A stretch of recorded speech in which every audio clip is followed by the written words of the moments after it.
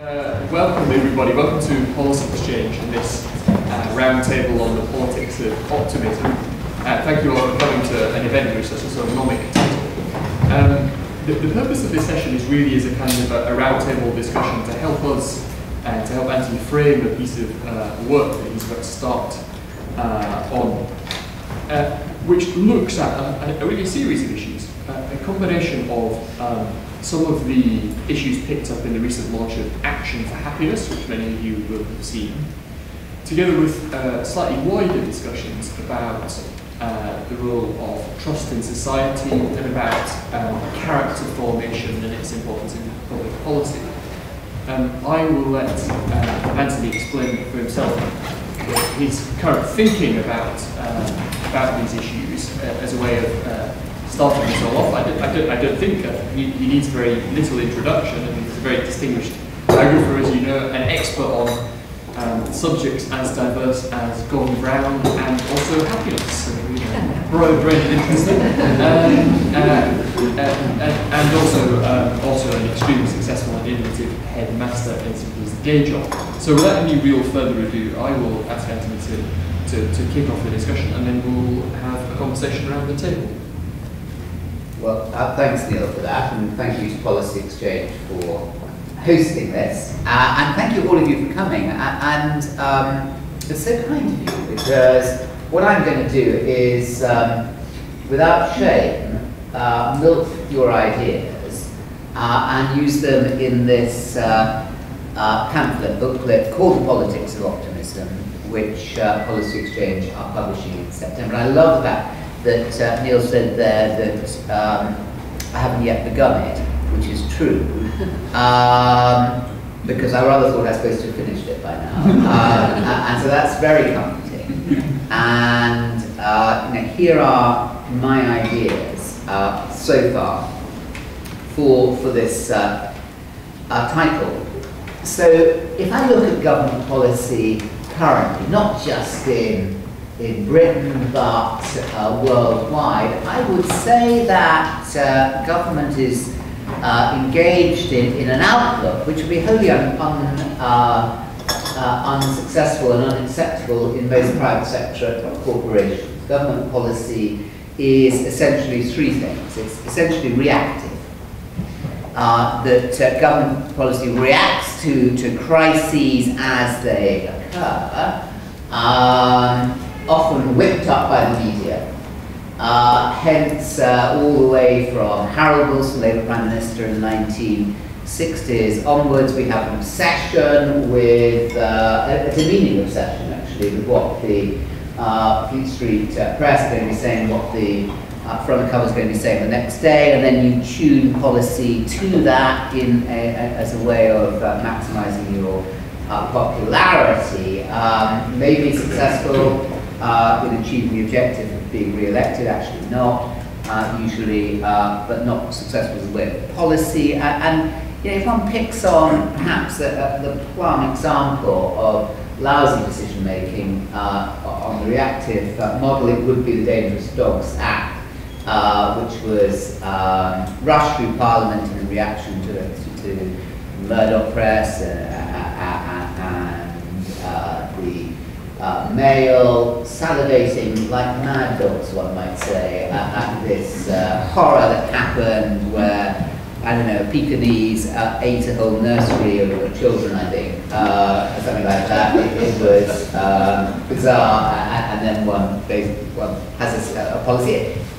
This wouldn't exist in the private sector. Secondly, it's pretty calcified, much of government policy, and I don't like admitting this, but if you ask a government policy, what is the problem to which this policy is a solution? What is the problem to which this policy is a solution? You would find many government policies falling short, and many sectors of the state looking embarrassedly at their navels. And thirdly, government policy overwhelmingly is based on a pessimistic view of human nature. A Hobbesian view rather than a Rousseauian view. Hobbes paraphrases, as we all know, seeing life as popularly summarised as nasty, brutish and short, if you don't have a strong government keeping people from each other's throats, or dogs from each other's throats. A very pessimistic notion, and the problem with pessimism is it breeds pessimism. Optimism breeds optimism. As any optimistic leader, I mean, are you optimistic leaders, or do you have optimistic leaders? Who do you see in a work for? And by the way, optimistic is different from being manic.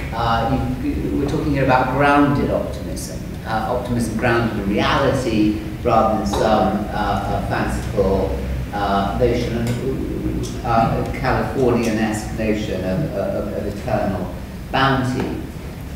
As I look at civil society today, as commentators have been latching onto and repeating each other as they all tend to do, but thinking that they uniquely saw this insight first, then many of the bastions that 5 years ago we thought were more or less respectable are now less so in 30th June 2011. Politicians after the expenses crisis, government with a whole series of bad decisions, bankers after crisis and bonuses, police, corrupt obviously, media, hacking, flagging bribes.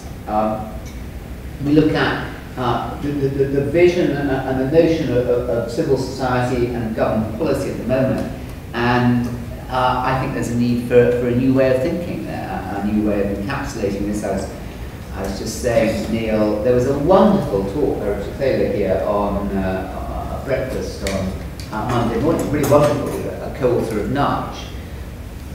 And it's absolutely right that we take Nudge seriously, and absolutely right that there is a unit at the heart of Whitehall looking at how nudge techniques can be employed. But nudge essentially is a moral free zone. That nudge can be used by bad people, as Richard said on Monday morning. Hitler was one of the biggest nudge successful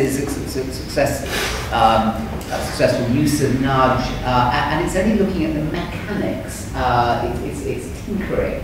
It's tinkering with deck chairs. It isn't actually looking at the course for the Titanic, still less should we be on Titanic in the first place. So I'm just trying to set a bit of context, a bit of ambition there for what it is one's trying to do. Now I think there should be a new model for government policy based not around being reactive, calcified and pessimistic, but being based on goodness, trust and optimism. What do I mean by that? Well, goodness I would see as the foundation building block for any civic society and any private action. We need a reassertion, a restatement of the sovereignty of good. Interestingly, Iris Murdoch wrote persuasively about, shortly before she developed dementia in 1975, The Sovereignty of Good by Iris Murdoch, talked about, the title says it all, but much more recently in 2010, from Harvard, the wonderful and remarkable, I think, Howard Gardner in his Truth, Beauty and Goodness looks at how in our relativistic world, our fast-changing world, a world in which anything can be said and accepted to be truthful, goodness is the only building block for enduring and successful change, and the only correct grounding for public policy. Secondly, trust, written about by many people, including Viviana, and obviously Honora Neal in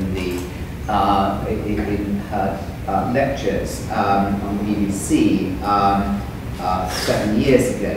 I wrote about trust in 2009 and talked about 10 ways in which trust had to be rebuilt, the domain of trust in the public as well as the private sphere. 10 ways, which included, for example, teaching responsibility, not rights, and enhancing volunteering. And then thirdly, building block is optimism.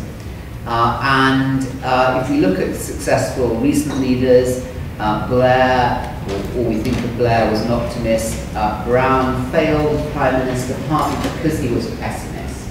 Cameron, transparently, an optimist. Optimism is self-fulfilling. One carries people with one as an optimistic leader. Oh dear, I don't want to come out with all sort of cliches this morning, but was that not Churchill's supreme gift as Prime Minister in the Second World War, the optimism of his speeches in 1940? So goodness, trust, Laura Neal, bedrock statement there in her Reith lectures, optimism. So conclusion is that I think the time is right for fundamental re-examination of policy and the basis of civic society. Let's look now at what a active policy from government might look like as opposed to reactive. Well, in schools, I don't think the question is being asked to what problem schools are solution to.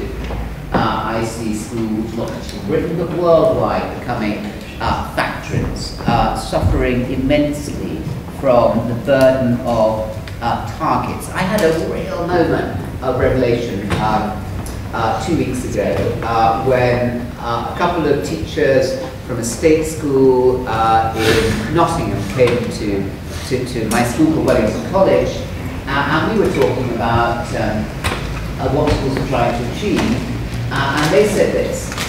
They said, you can forget all the fine words written in schools' mission statements about what the purpose of schools are. The fact is that state schools in Britain, 25,000 state schools, are there for one reason, and one reason alone, if we're honest, and that is to show improvement in government exam targets.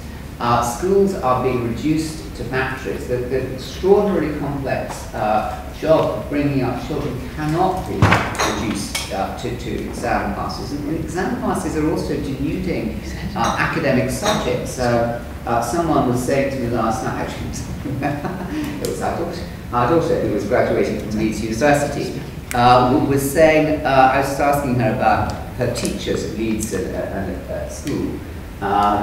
I was actually her headmaster, so I'm glad she wasn't being too assertive about me. But she said, I love this teacher, but everything that she did, teaching philosophy and religion A-level, everything she did, she wasn't teaching us philosophy and religion. All she was doing was putting up endlessly on PowerPoints what examiners were looking for to get up to levels 3, 4, 5, to get the A's. There were no A stars in those days. And she said it was demeaning, that it was demeaning, and her story is replicated endlessly. You must realize what's going on. You must realize how scholarship and education and learning is being sucked out of British schools and indeed universities as the culture of getting first and research assessment exercises is stripping schools. So a radical idea is to actually teach well-being in schools, to have holistic education. And when I'm attacked, as we regularly are at Wellington, for introducing well-being, I would just point out that the A-level passes at Wellington have gone up more, 65 to 93.5% in the 5 years we've been teaching well-being, 65 to 93.5%, have gone up as fast as any independent school or indeed state school that I know of. So whatever the downside, whatever they may be, in teaching well-being and having a holistic model of education, it certainly isn't at the cost of exam performance. But much more than that, we need to be thinking about what we're trying to do with our young people, what's the school, what's the university, what are the life skills we're trying to be teaching, what are we losing in this obsession with targets. Personally, I'd split schools at 14 into a vocational, technical, and academic stream, as I argued in my task lecture of this year. 11 was too young to do that. 14 is a very good age. Ken Baker, obviously, doing a lot on technical schools. I'd also look far more at nursery schooling and early intervention as a way of helping young people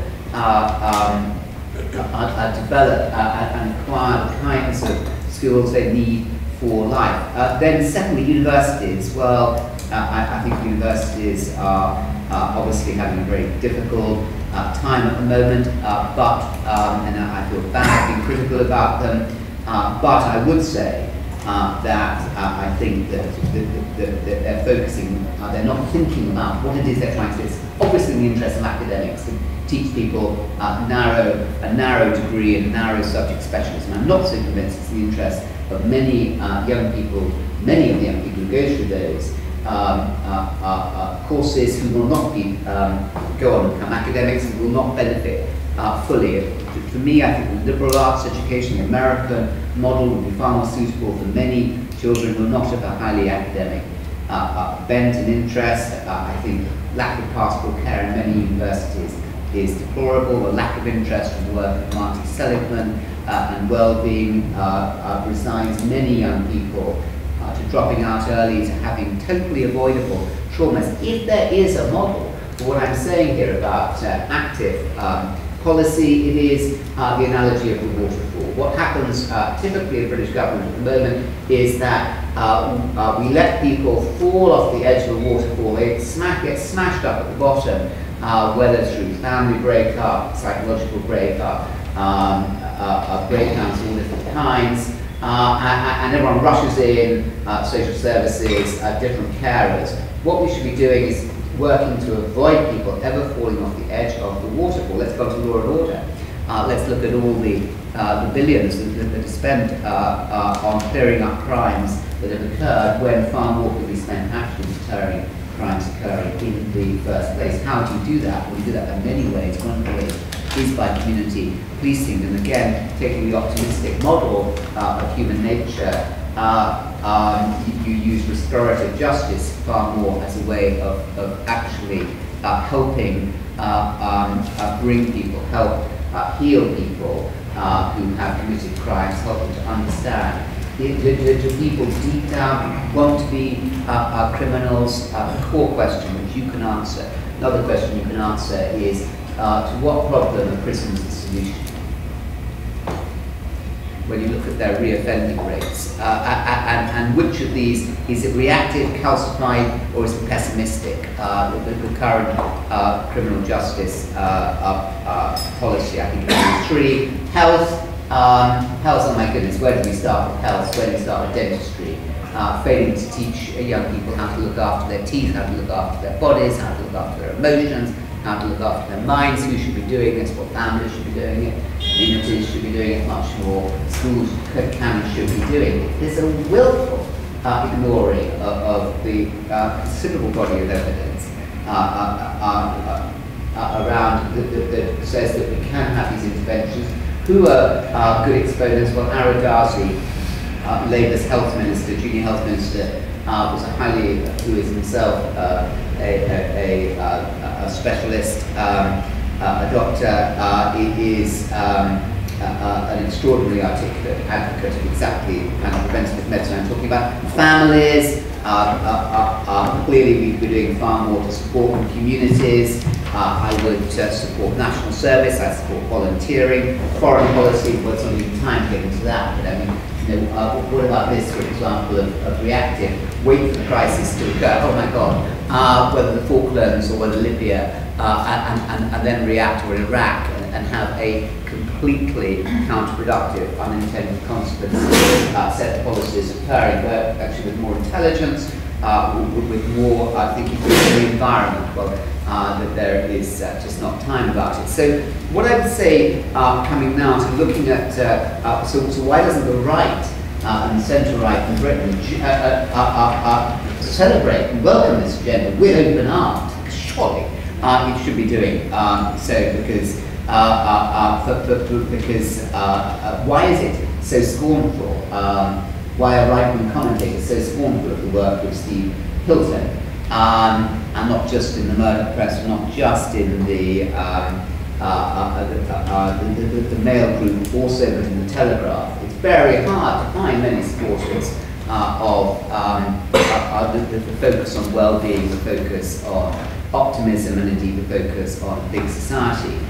Scorn around the Office of National Statistics trying to assess happiness. So what are the criticisms of the right? Well, they don't look at the agenda.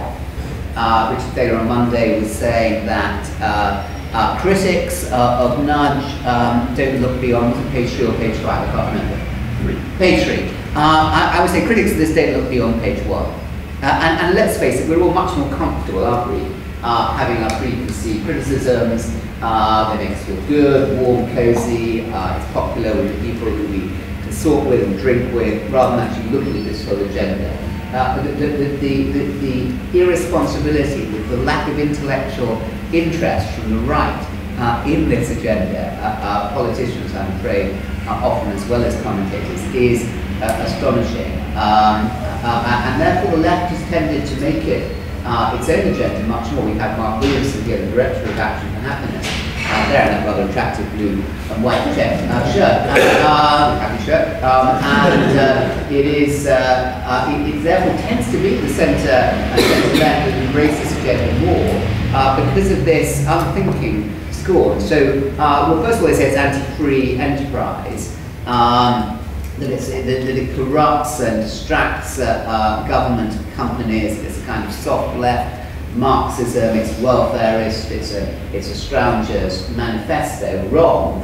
Actually, those organisations that look well after its employees have enhanced productivity, not reduced productivity, in the same way that my own school. The core reason for the astonishing improvement in results is that the kids feel well looked after and value for their essential humanity, who they are, rather than what they can give in school in terms of exam results. Secondly, that it produces an unacceptable increase in the power of the state. It's anti-libertarian. It's a nanny state. It's smoking bans. It's telling you about not being fat. That's based on a very narrow 5 minutes, 2 minutes more. A very narrow reading of Mills on Liberty. Mills on Liberty was talking about saying that we should be as free as we can be, but not where our actions have consequences that adversely affect other people. These are other regarding acts,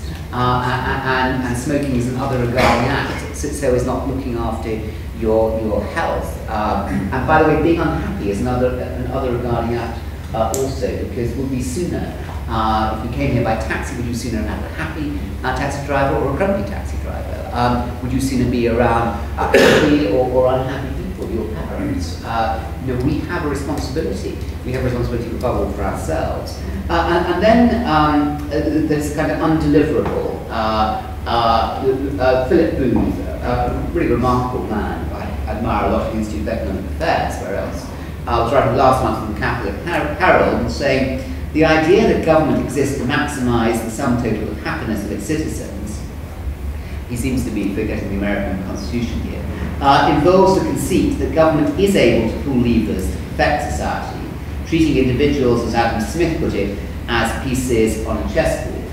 And then he goes on, this is interesting, Philip Booth goes on here and says, indicatively, the general left-wing and often atheistic utilitarians who tend to support the well-being agenda. By the way, I'm not left-wing, I'm certainly not atheistic, and I'm not a utilitarian. That's by the way. Who tend to support the well-being agenda are rather loath to suggest that public policy should support marriage and religion. I think that both religion and marriage should be actively supported, whether by public policy, I'm not so certain. Other criticisms here, too difficult to define. It's essentially selfish, isn't it, to care about your own happiness. You can't measure it anyway. It's always a byproduct, happiness. This is an interesting book coming out, Robert Skidelsky and his son, I think it's Will, rather than Ed, someone will pick that up. This autumn, his book about how much is enough. And the point he's going to be making in that book is that happiness is always a byproduct. You should never make happiness an end, an objective. Interesting. argument. And then, of course, we have lack of support from George Osborne for all this agenda, and the Treasury not supporting it because they say, well, why should we spend money, particularly at this time, on programs which you can't actually measure? Preventative programs are not going to have immediate benefits. Now, there's value in all those points. All of them need to be dealt with, but none of those criticisms suggest that we shouldn't be looking at quality of life issues in contrast to the obsession with quantitative targets that dog the 20th century and then threaten to dog the 21st century. So I would say that the politics of optimism is certainly pro-family. It's absolutely pro-individual responsibility. Helping people to take responsibility for those things that are closest to them, such as their body. It's very hard to get away from your body, very hard to get away from your emotions, though drugs and alcohol will give you a temporary respite there. Very hard for you to get away from your mind.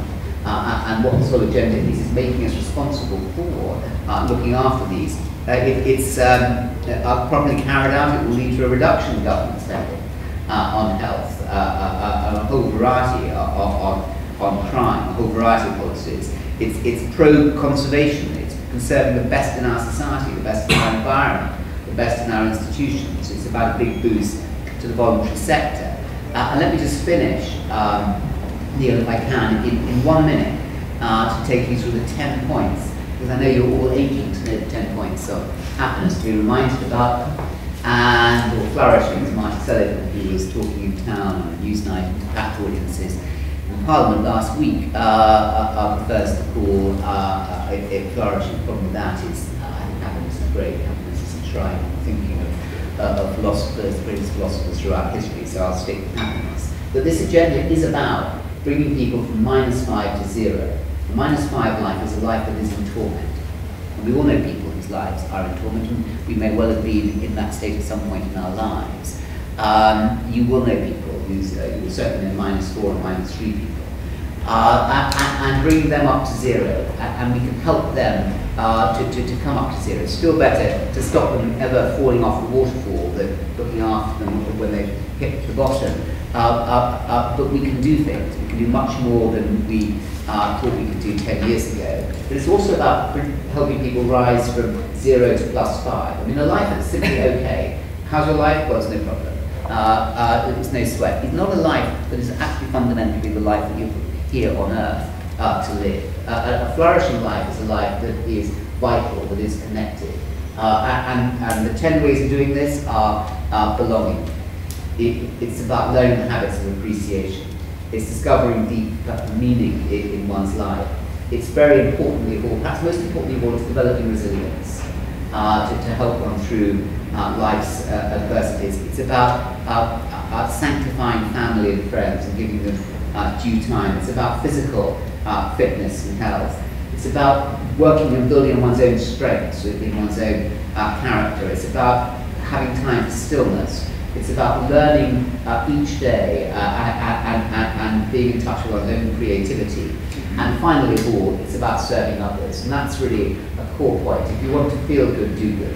If all of you around this oval rather than the round table discussion, isn't it, would feel much better, as you all know, by volunteering. And when you feel down, go and help other people. The self-obsession puts you in a dark place.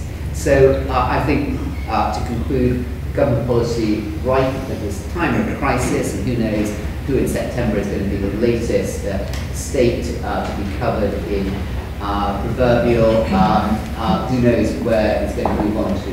This is right to be talking about these things. There you go. Very good. So, no shortage of things to think about. I wondered if, as a sort of a first response, we could prompt Paul from Action for Happiness to sort of help frame some of the questions we should try and answer off the back of all that in short form, if you'd like to. I'm busy, but I don't think it's particularly steer the agenda away from questions that have come up. So, okay. Could I start by posing your question then that we might want to work on first, which is about why the sources of calcification of what government does and what can be done about them. And my thoughts immediately turn to the role of Britain's uncentralised state and a lack of localism, but maybe others would disagree. Yeah, Patrick Watson. That's what I should have said. If we could, hopefully just people say who they are and where they're from. From Montrose Public Affairs.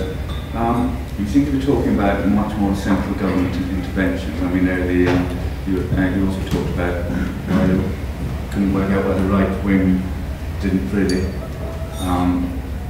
weren't terribly sympathetic, and it's probably because they are deeply suspicious of central interventions and want the government off the back of people. And you seem to be suggesting that there should be more sort of centrally driven interventions, which is against, I guess, what the big society is saying, which is there should be less. Cameron said the government are hopeless at running things, the state are hopeless at running things. Don't us politicians, we are very limited in what we can do. Initiatives should be driven from the bottom up, through local community engagement. And there's a danger, I mean, politicians react to what people want from them. So the dangerous dog act, people are outraged. And they turn to their local politician, they turn to their national politician and say, what are you going to do about it? And they are under huge pressure to do something immediately about it. And they come up with a lousy bit of legislation, but it's not the press, it is actually people saying, sort it out. And when politicians are put in that position, they make mistakes and they cost the taxpayer a lot of money. And I just worry that the happiness, the agenda, you seem to want to be driven from the top rather than the bottom up. Is that true? Is this a centrally driven agenda? Are you saying the government should get all the schools to teach happiness in such and such a way, or is that not what you're saying? A related point very quickly, it just follows on slightly. Your name? Martin Dole from the Association of Colleges. It seems to me actually one of the antidotes to that question there could be trust in institutions and trust in schools and trust in all others. The danger, I think, is when that trust is not repaid in the short term, and then the government becomes reactive to things that don't turn out as a way they would expect or hope them to turn out, which then gets us into the law of unintended consequences and always your inability to control the outcomes. It seems to me that we're expecting government to make a huge investment in trust and to take a medium to long-term view on the consequences, which I don't think has been marked by the way in which the 21st century has operated so far. Yeah. Okay, well I thank you for those questions there, and they are essentially saying, are you not to achieve this more desirable end, is this not based upon a wholly unwelcome and unprovable belief in the efficacy of government to make these improvements? I think the answer is that much of what I'm saying is actually dependent on communities, on localities, and what government does is it obviously does those things that only government can do, and this was picked up in the government statement earlier this week. Foreign policy, clearly Rochdale District Council can't manage, though one would feel that Rochdale District Council does often make a better job of it than the Foreign Office, the Ministry of Defence and NSID or NSC, whatever the committee is now called. Seriously, I can think that government policy has managed the war in Iraq poorly, the war in Afghanistan poorly, that Falklands was avoidable, that Iraq war was avoidable, and so on. Had the principles here been more closely followed. So, but for all that, foreign policy has to be done centrally, as does defence policy. But I think that it's about government setting the context much more, and then coming in where there's obvious failure. So, with schools, for example, and colleges, there is a clear. It's not so much in me. The dichotomy goes to the very heart of what Michael Gove and to some extent David Willis is trying to do. I mean, Gove is saying we need to give schools far more trust, to let them get on, heads trust, teachers trust over the curriculum, but also I'm going to come in very powerfully and force you to be free. So I think there are these difficulties, and I think probably I need to give more time in the pamphlet to working them out. But for all that, there are areas that the thrust is clearly towards decentralisation. As I talk about in my book, trust, you have to have a presumption of trust. If you come into any organisation, any leader in your organisations, if there's a presumption of mistrust, then you find people behave mistrustfully. You can see this, I think, most starkly in a classroom. Sorry, that's my own particular area. If a teacher comes in and treats people in an untrusting way, the kids play up to it. If there's a presumption of respect and trust, even children rise to it. So I think that there has to be a presumption of trust, there has to be a presumption of pessimism and of goodness of human nature. There's three building blocks in which I'm saying this new settlement should be based. But for all that, it may mean, in the short term, it's dangerous weasel words, aren't they? In the short term, an increase in government diktat in some areas. I'm going to have to look at that more in the book. Thank you for pointing out. Matthew Groves, former parliamentary candidate, talking about the presumption of trust. Does that not to an extent work against some of our principles of our constitution in terms of the adversarial nature of the way that politicians are handled, combative press, and a healthy scepticism about politicians' motives? And if we were to go down this road of trusting politicians more in terms of their genuine and optimistic approach, would we in fact need to suspend to an extent the adversarial approach we take towards our politicians at the moment? Well, my point of question is going to be rather different.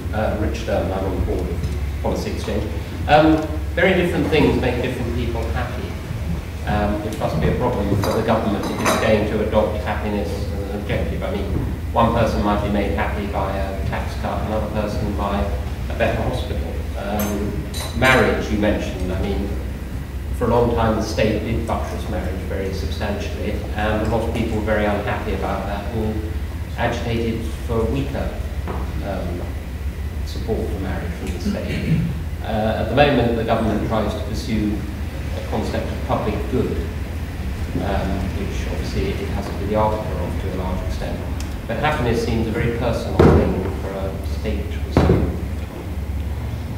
Okay, should I take Matthew's point first? Matthew, in my book on trust, absolutely core is the distinction between trust and blind trust. So we had the expenses crisis because there was a blind trust, and blind trust is often lazy. When we have ourselves been subject to scams, it's often because we have been lazy ourselves in checking people out. So I think that the presumption of trust, which can be read as a presumption of respect, can exist for opponents. In a game of football, you can have a presumption of respect for your opponent. That actually makes a better quality of game, even though the game is absolutely adversarial. So I don't see that there is, I think that in popular imagination and even amongst the commentariat, they would totally agree with you, but that's because they're not, they are equating trust with a dereliction of responsibility to do due diligence. Due diligence trust, proper trust, informed trust, is very different to blind trust, would be my answer there. Richard, I'm going to ask you to recite from Tolstoy, the first sentence of Anna Karenina. In English, if you prefer. And who can do that? Okay. Now, this is a real gamble here, because I can't remember whether this comes down on Richard's side or my side. But what Tolstoy is saying there is that every unhappy family is unlike in different ways, and every happy family is united in the fact that they're happy. But it could be the other way around. Yes. One to check when we get back home. The unhappy families are different, the happy families are similar, I think. Yeah. Okay, so Neil coming down slightly against, but empirically against a member of your board. Now, whether that was a happy decision. It's always Google. Well, that was a happy decision or not.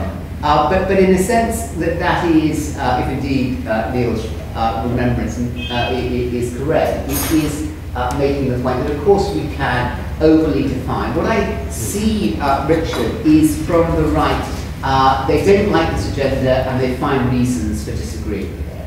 Rather than there's a presumption to be very suspicious of this agenda. I do think that if we go to, if we look at core documents such as the American Constitution, looking at the duty to responsibility of government for happiness, we needn't be too hung up on deciding whether that is, people preferring strawberries or preferring mango. It is something about giving people a sense of security, a quality of life. Security is very important in this. A quality of life that allows them to flourish and allows them to grow. So it's a permissive environment. I don't see it as an intrusive environment. Again, I'll do more thinking on that area. What you've just said sounds like public good. Also, as far as I recall, the American Constitution was saying that it was the individual who had the right to pursue happiness. I mean, I don't necessarily disagree with the concept of happiness, but I think that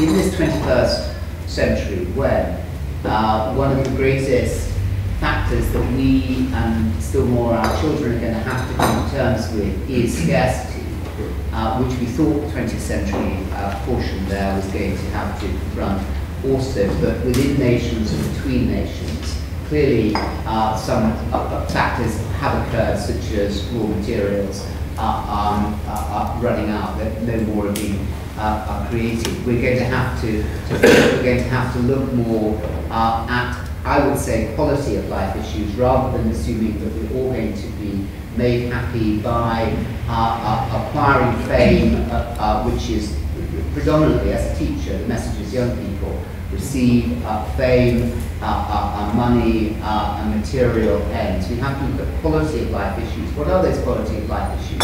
They are around friendship, they are around family, they are around the pleasure of good health, they are around the pleasure of walking and exercise. These cost nobody anything, but not to have them cost a great deal.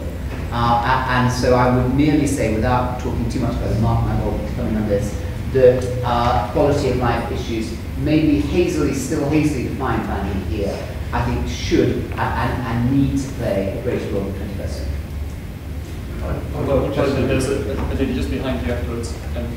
Do you mind if I make a comment on this? Is it next? Okay, thank you very much. I'll stand up because people can't see me otherwise.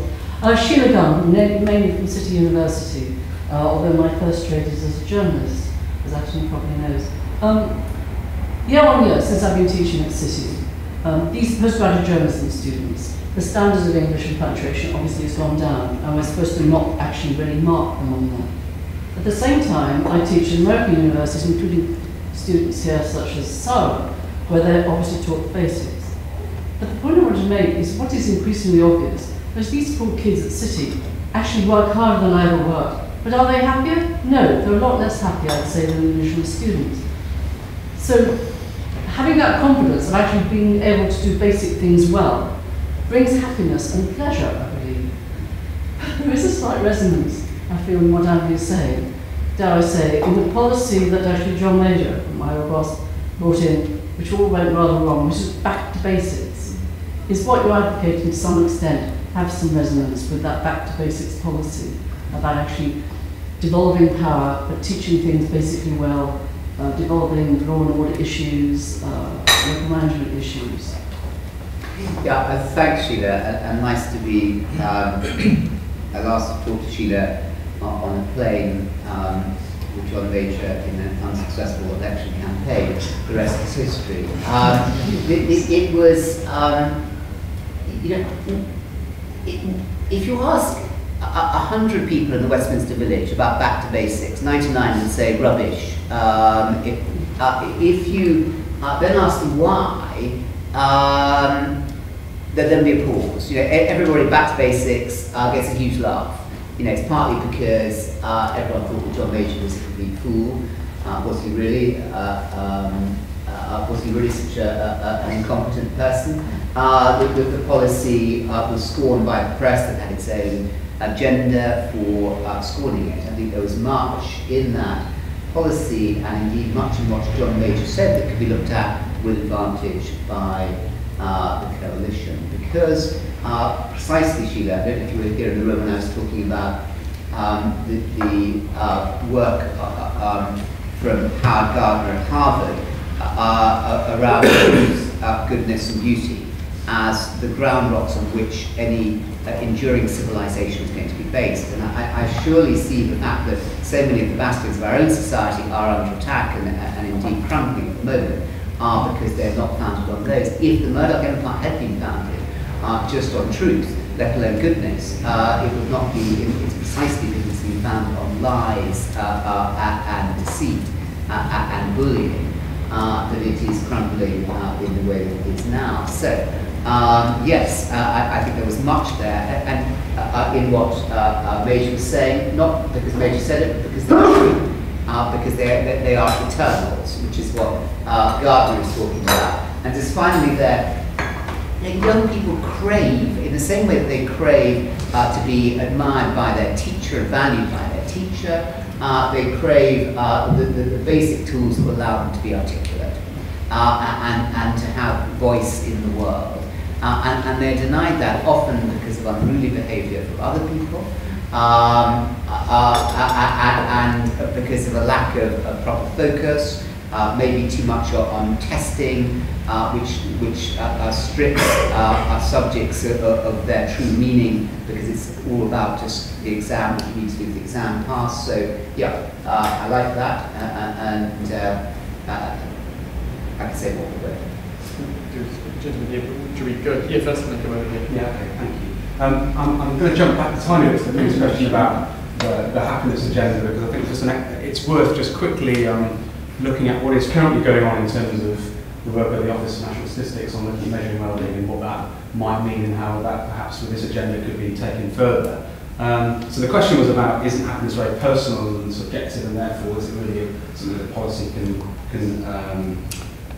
and should try and intervene with and affect? And I guess the recent emphasis on measuring well-being coming most recently from a piece of work done by something called Commission on Economic Markets and Performance, which was led by a couple of Nobel Prize-winning economists set up by Sarkozy, which concluded that as well as our measures of I guess financial progress in the form of GDP and others, we needed a broader set of metrics to define social progress. And that's led, I think, to this recent interest in measuring well-being. What the ONS is going to be publishing in about 2 weeks' time is the initial findings from its consultation on measuring well-being. And the crucial aspect about this is it's about subjective well-being. It's about asking people in large part about how they feel about different aspects of their life, their overall life satisfaction, but also their happiness at work, their happiness in their community, their happiness with their sense of meaning and purpose in their life, and so on. So it's very much taking into account the question about it being a personal aspect.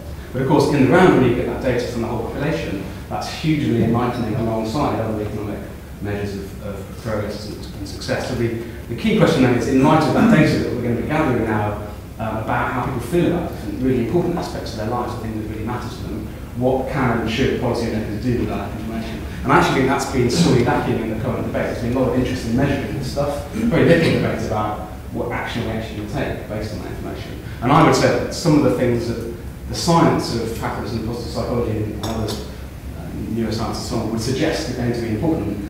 Some of the things Anthony's already mentioned, so it would be a greater investment in mental and psychological health alongside of physical health, a greater emphasis on equipping children with the skills they need to live flourishing lives as well as pass exams. Actually, crucially, doing more to reduce inequality and actually also focusing more on long-term economic stability than on economic growth.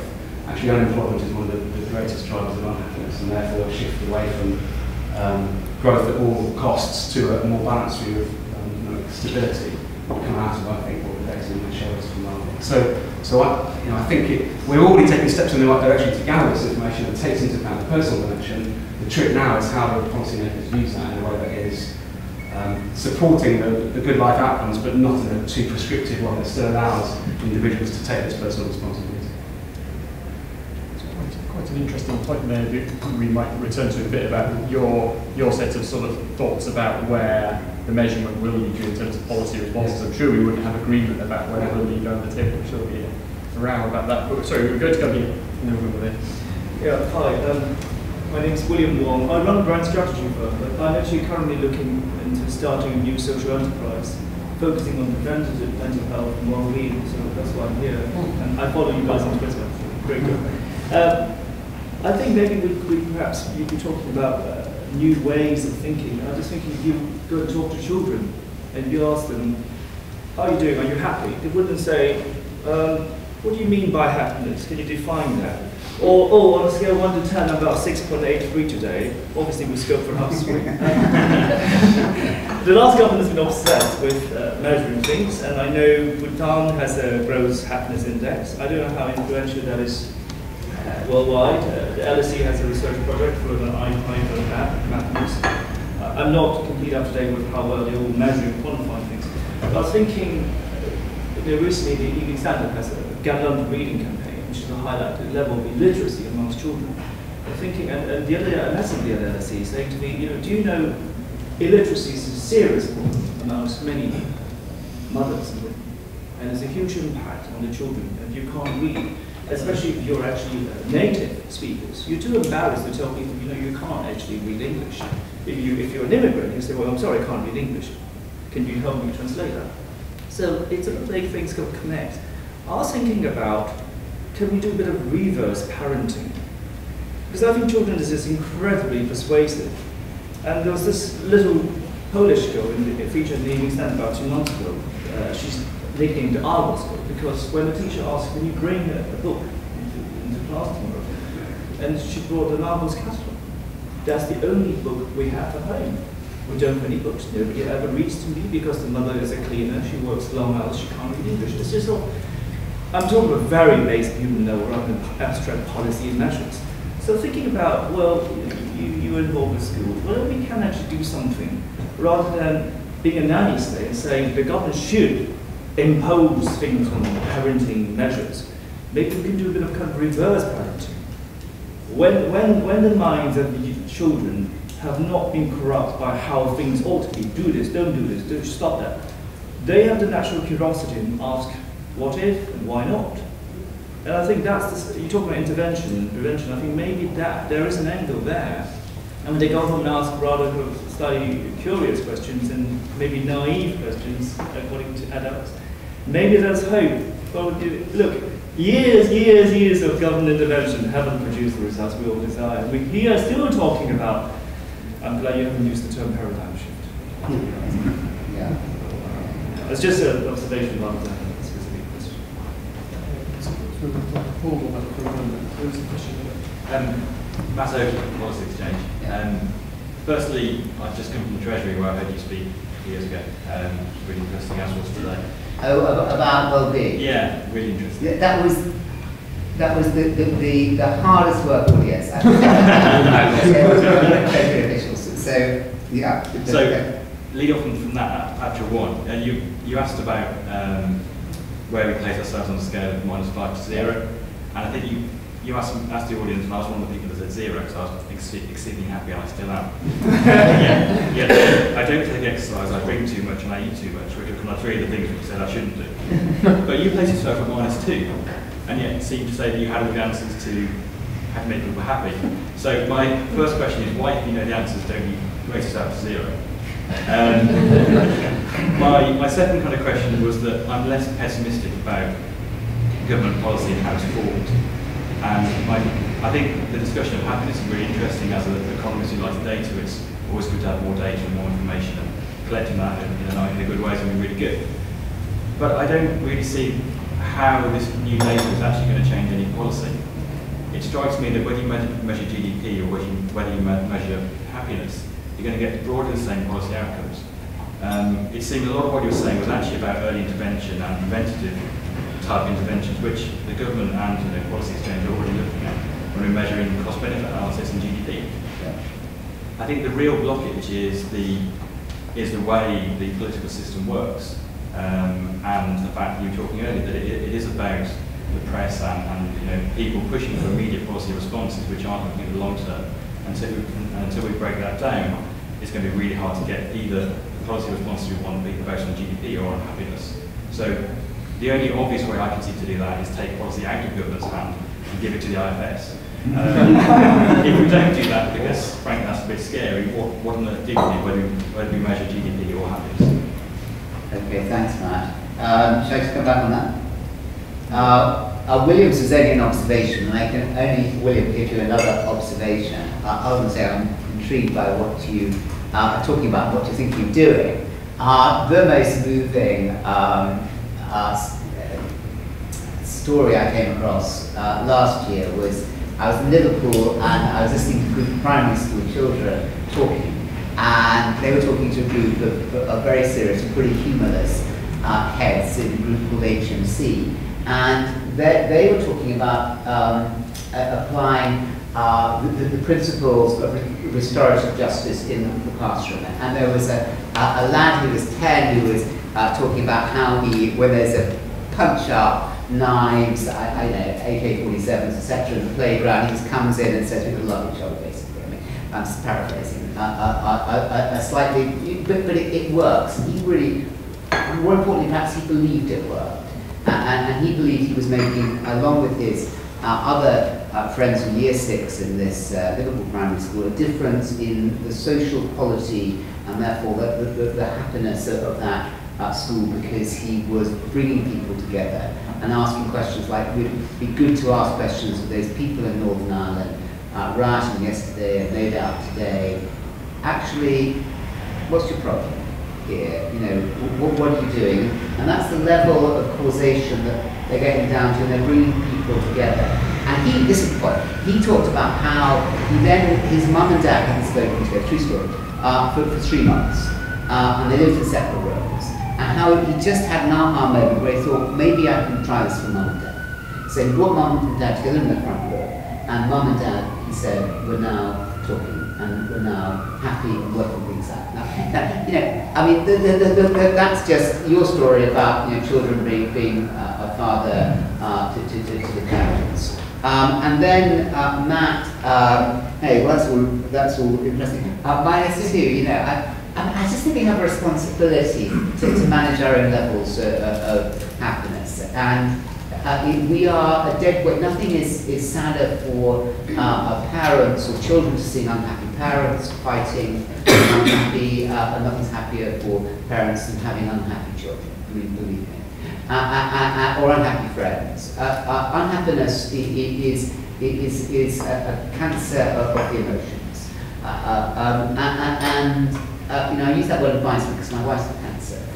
So I think about it a lot in terms of the way it saps and sucks a life and happiness and quality out of families and communities and institutions. Unhappiness is something that we need to try and learn to manage ourselves. So I feel responsibility for managing up my own happiness from, I'm a minus 12 now. I'm pretty about plus 1. I vary. I'm unpredictable, catch me on a good day. And then you've got, who do you then, therefore, given that government are chronically bad at doing the one thing the government's supposed to be doing, which is making policy, and executing policy in the executive branch, should you then take it away, actually, and give it to the IFS or indeed Policy Exchange, much better suggestion, would make a much better job of it, and indeed foreign policy included, but let's give it, I do agree, let's give it back to the people, back to communities, back to individuals. So I would say the thrust is definitely downwards back and just getting a government doing the things that any government can do, which is at the end of the day not very much, yeah, would be my solution. And I'd be more optimistic about what can happen. Partly because if you look at changes, when do changes occur? Changes occur not when changes occur when you have the combination of the ideas with the need for a change. That's why Thatcherism worked. The Thatcherite ideas have been around for 20 years before. The Mont Pelerin Society had been going since 1945, 45, the ideas of Hayek. It took the failure of the social democratic consensus for people to then, the problem, the need, the crisis, to then start putting those ideas into practice. And there are a lot of ideas here around quality of life, which are just simply waiting for a sense that the old paras are not working properly, apparently. So I would be more optimistic about the opportunity for these ideas to start having a greater impact in society. There were two people there. Fiona Murray from the Private Equity Foundation, which is a foundation that helps disadvantaged kids, and I used to be a teacher, which makes me think of the Treasury being concerned that kind of well-being is a bit soft, a bit hard to measure. And in schools, I kind of always wonder why employment isn't measured more, in that I presume Treasury would think employment is a nice hard measure, or one of the set measures that we use. And for most teachers, at the end of the day, yes, they want their kids to achieve well, but they want them to achieve well in order to go on and get a job. And the worst thing is when you have kids hanging around the school gates because you didn't really do a good enough job for them, so they come back to you. And I was just wondering if, now is an opportunity really to start measuring something beyond the school gates, like employability for schools, which would get teachers' incentives aligned with what you want young people to be like, and would be a most hard measure for someone in the Treasury. Yeah. So the Treasury would improve with that. We like it when the Treasury is happy. Yeah? But we get shouted at because it's more measurement, more surveys, and more pressure for you to collect data. And how would you measure it anyway? Would it be what's the baseline? What would the kids have done normally? How are you measuring the school? What if they go to multiple schools? All those kind of things. Measure the destination of the kids. I'm sure you could do it. It'd be quite complicated to do that. And wouldn't how well they do at school be quite a good proxy for their employability anyway? Sorry. Sorry. Anyway, random. Sorry, you set me thinking randomly rather. My name is Simon Gentry. I run a public affairs company called Cambridge Gentry. My son went to school. One of the periods, I think, one of the issues I think is a lack of responsibility, and so it makes people unhappy in the sense that they're not in control of their own lives. They don't have any responsibility. I think Blair was quite close to me when we talked about balance of rights and responsibilities. It seems to me that we, as a society, have really got to balance the way out. You listen to the Today Show in the morning, it's just endless. The government must sort this out, the government must fix this, the government must do that. It's an outrageous situation. The Secretary of State for Health is responsible for everything that goes on in every hospital in the country. The Secretary of State for Education is responsible for every cock-up in every school across the country. The situation is completely out of whack. And so if we're unhappy, it's because we've had responsibility taken away from us. And we need a society to give it back to people. And that should, I hope, square the circle for people on the right, who, because that is actually quite in thinking that they can be deterring agenda. That's quite a conservative thought, isn't it? Okay, yeah. I was just going to. No, I was just going to say, I think, sorry, to the other point about destinations, I think there is a lot of work going on this with current government. But it really is every destination is only another destination for another. That's how we put the point about a happy life, which is goes on. So at what point do you continue to track the happiness and development of the individual? The job they go into for happiness, and on, and how you continue to track this over time, I think is a difficult question to ask. Okay, can I say why I think Fiona's idea is good? Because it may well be that, the kid who does really well on government tables and exam passes is unemployable because they're rude, offensive, have no social skills, and are not nice, decent, truthful, honest people. And the people, there may be other, so there are other ways, the obsession with as the sole measure. This is absolutely true what these Nottingham comprehensive school teachers said. The sole measure of way of evaluating school in a head and teachers is exam results. Is I don't think as good as maybe looking at viability, where there are very important other skills, not including around, well, maybe not beauty, but certainly trust, certainly truth and goodness, which are being badly undervalued, as is the whole development of character. Character could be given far greater weight. Why isn't it? Because it can't be measured. For all the problems going around what you were saying, the problems of more measurement and more cost to measure, etc., you are absolutely onto something in terms of what should be really valued.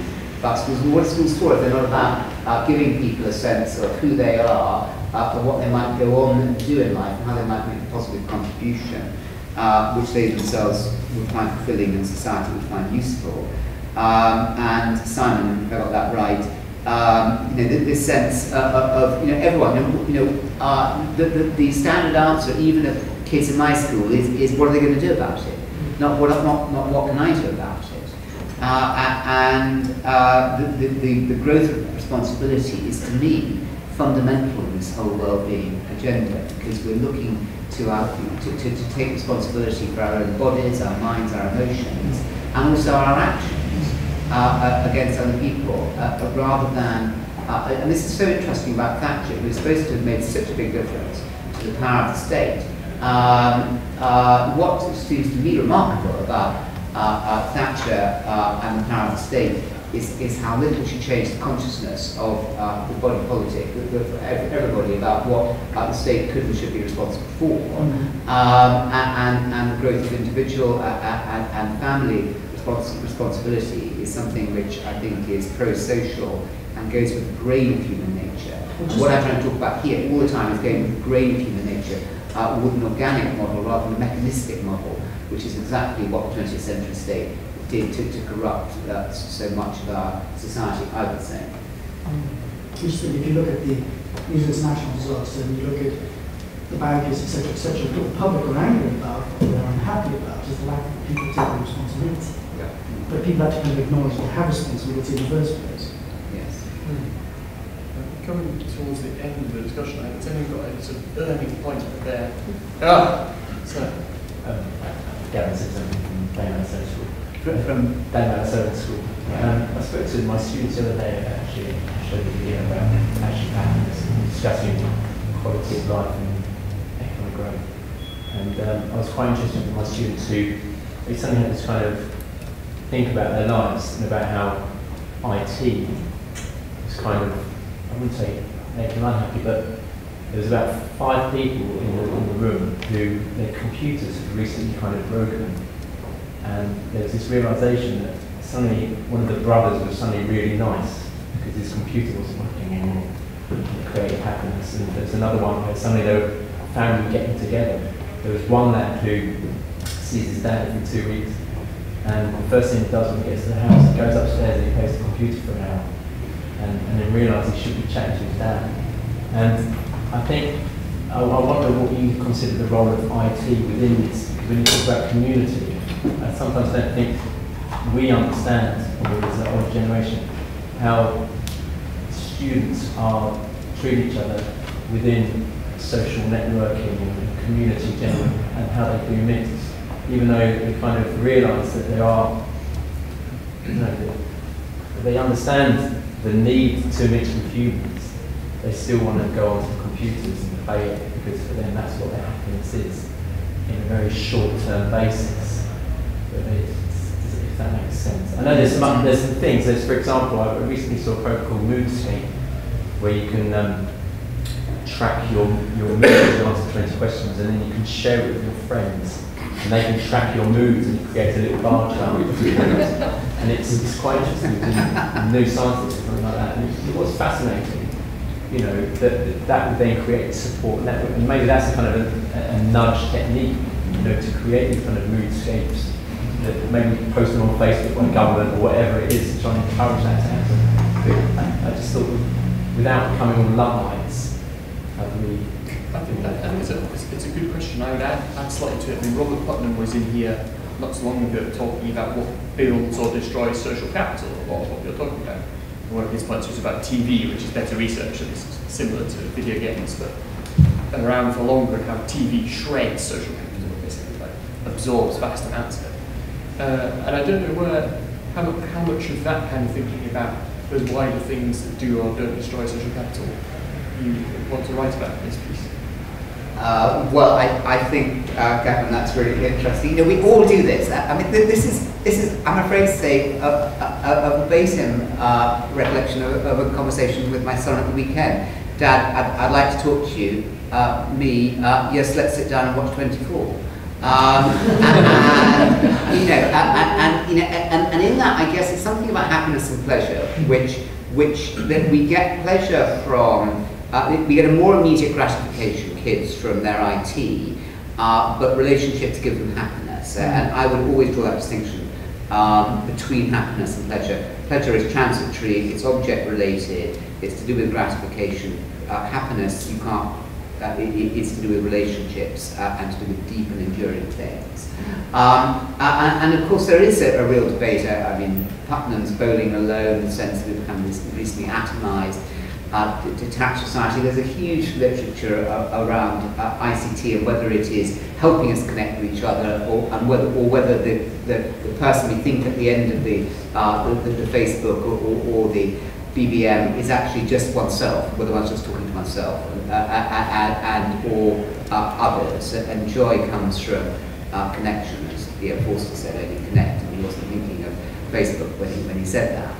And it is true, that is what is deep. So I think what I'd say there at the point about schools is learning, helping young people learn discernment, resilience, judgment, about when to use these things, learning the difference themselves between pleasure and happiness and deep meaning. We've got a long way to go.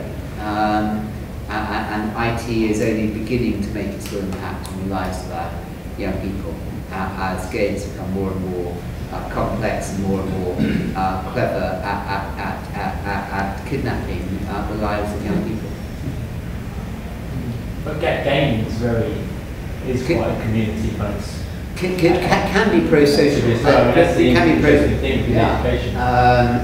Absolutely, and you know, there's a great TED talk about computer games, which the lady's name is Jane Gunnigal is great, and she makes a very strong, compelling case for the pro-social nature of computer games, which I can agree with sometimes, but they can be pro-social. But we need to teach discernment more and help make, somebody said there, to be in control of the life, so it's an informed decision about when you're going. So it's not an automatic, you're just swept away as if it's an alcoholic drink, as it might be in 5 or 10 years' time in their life. They're actually taking a decision, okay, this is the time I'm going to spend with my computer, this is the time I'm going to spend doing other things. So it's informed, it's putting the person back as the driving seat of their lives, which is core of this whole movement that I see around well-being. On that note, we are, I'm afraid, I think just about to run out of time. It was an interesting observation to your point that Rob Putnam made when he was here, and he said, you know, the social sciences have proved that the more friends you have, the longer you live, the better your health is. But the more Facebook friends you have has no effect whatsoever, which is rather interesting. However, you've all asked extremely good questions. We started with I think a very broad and interesting agenda, and it's only probably got broader during the course of this conversation. I do think that listening to the conversation, I'm struck by the reason why I was interested in writing the piece in the first place. There is an interesting agenda here, something quite profound, and also quite, with a small c, conservative as well. I understand, I think, why people critique these ideas and are suspicious of something that sounds, to some, put badly, sounds flaky or statist. But I think in the answers to some of the exchanges today, you can sort of see the answers to some of those questions. So I think there is a very interesting agenda here. Please do all stay in touch. If you don't get in touch with Anthony directly, there's a stack of business cards here, or you know how to find us at Policy Exchange, and we can put you in touch. And I do hope that we will continue the conversation. But thank you for coming, and thank you for doing this research project, and thank all of you for helping with it too. Thank you very much. Thank you all of you for coming. I think we should thank him in the normal way.